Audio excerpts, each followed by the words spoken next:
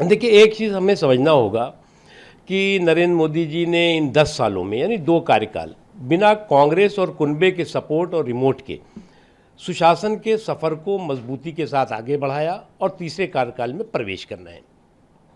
एक चीज़ बहुत स्पष्ट है कि ये जनादेश जुगाड़ का जनादेश नहीं होगा, बल्कि स्पष्ट जनादेश होगा। और जुगाड़ का जमघट जो है वो जनादेश के पनघट से अभी दूर है। एक चीज़। दूसरी चीज़, एक चीज़ हम समझना चाहिए, बीजेपी एक ऐसी पॉलिटिकल पार्टी है जो हमेशा जो है वो जहाँ पर जीत का ग्लैमर देखती है, वहीं पर हार के ग्रेस को भी मानती है। और विपक्ष को भी यही हम कहना चाहेंगे कि वो हार के ग्रेस का सम्मान करें।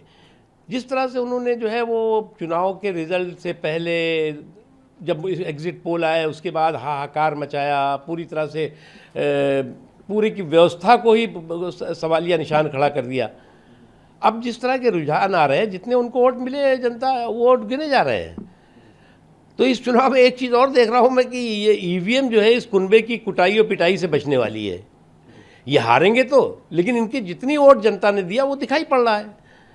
तो इसलिए मैं मानता हूं कि आज की तारीख में देश जो है वो नरेंद्र मोदी जी ने, भारतीय जनता पार्टी ने, एनडीए ने जो इन 10 सालों में सुशासन के सफ़र को आगे बढ़ाया है, उसको देश की जनता चाहती है कि आगे बढ़े। संजय सिंह ने कहा ईवीएम को लेकर, देखो, ये खटाखट की हड़बड़ी जो है इनकी फटाफट गड़बड़ी साबित होगी।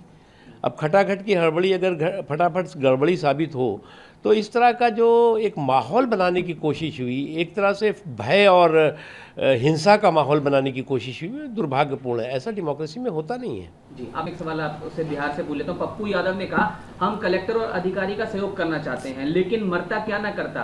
अन्यथा उन्होंने कहा कि संग्राम होगा, लोकतंत्र को बचाने के लिए कार्यकर्ता मरने को तैयार होगा। सर देखो, एक बात बता दूं मैं, ये वायलेंट एनार्की जो है वो वाइब्रेंट डेमोक्रेसी को हाईजेक नहीं कर सकती।